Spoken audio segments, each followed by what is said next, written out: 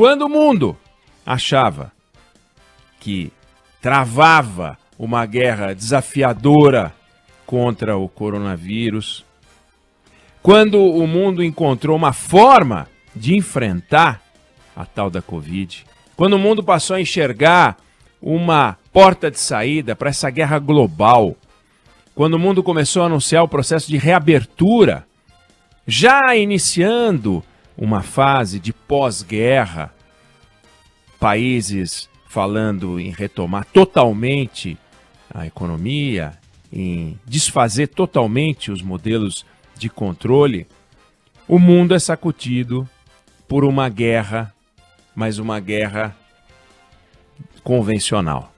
Uma guerra de seres humanos contra seres humanos, não de todos os seres humanos contra o vírus.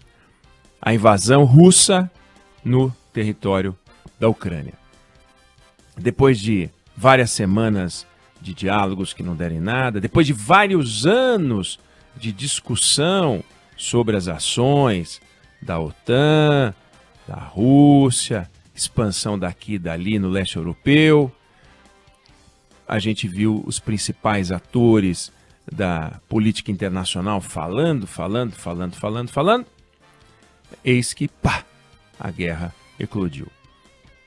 Lembrando uma frase famosa de um general alemão que viveu na Alemanha do século XIX, Clausewitz. Clausewitz dizia: a guerra nada mais é do que a continuação da política por outros meios, mas é uma coisa assustadora. A gente prefere a política de todos os meios do que a guerra em si.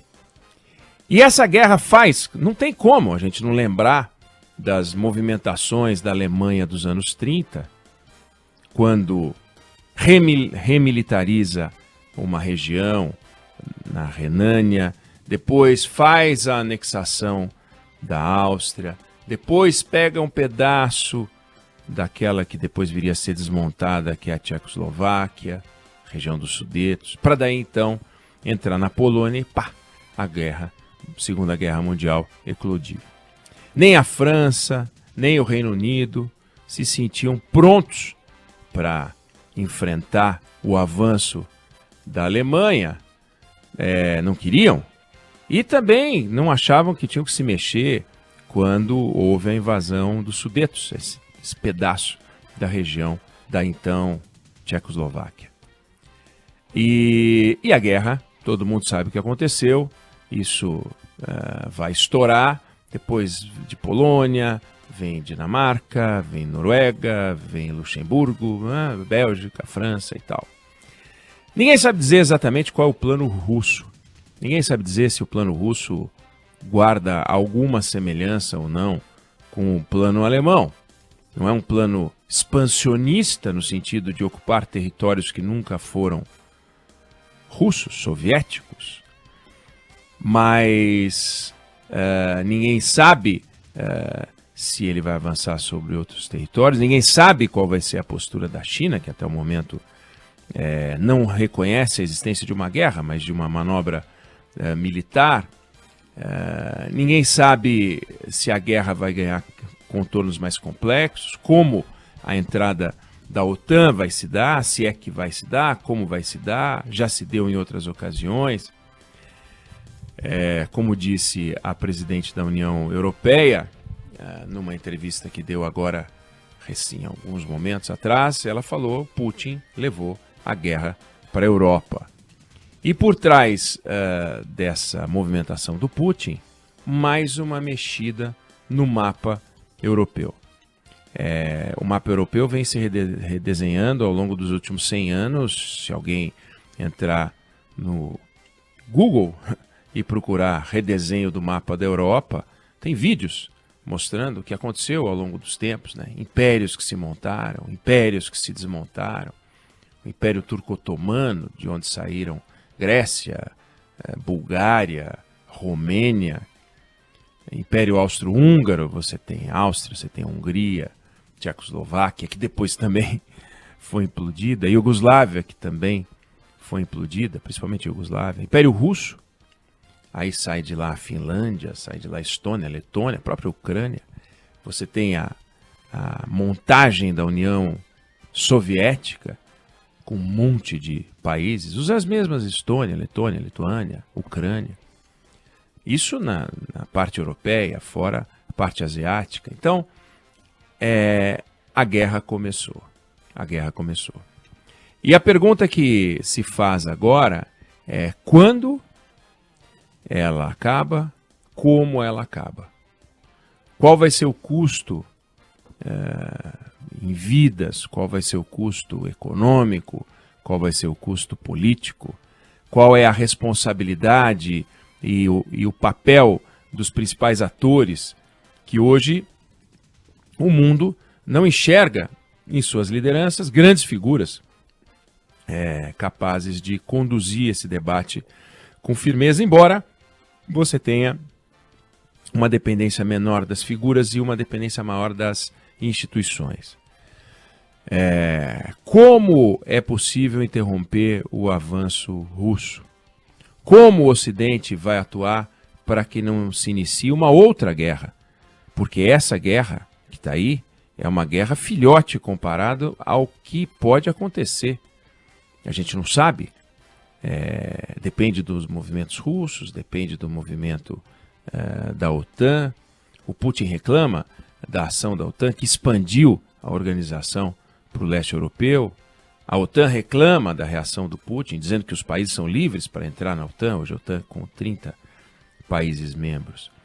É uma tensão complicada. A gente viu na nossa história guerras, várias guerras, depois da Segunda Guerra Mundial.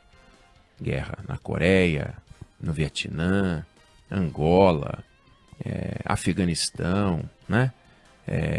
Irã, Iraque, Líbano, Congo, Egito. Vários países conheceram a guerra. Israel conheceu a guerra, viveu em guerra, o ambiente de guerra.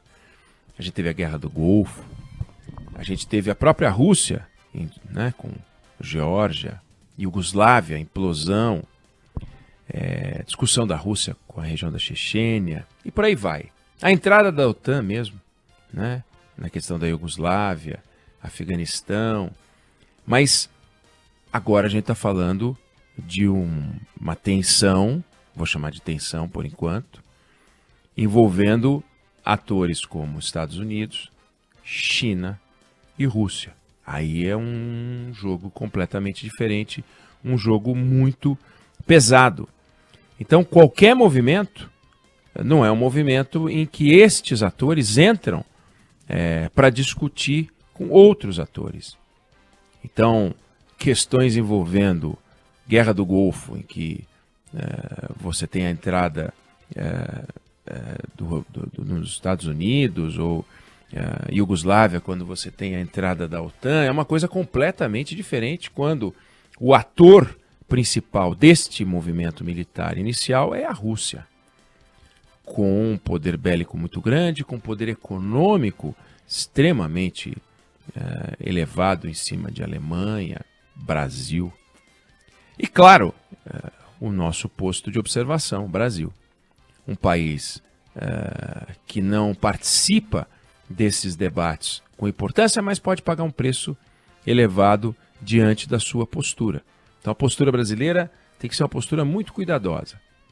A adesão a um lado ou a outro, uma participação mais ativa, achando que tem o peso que tem no Mercosul, não tem.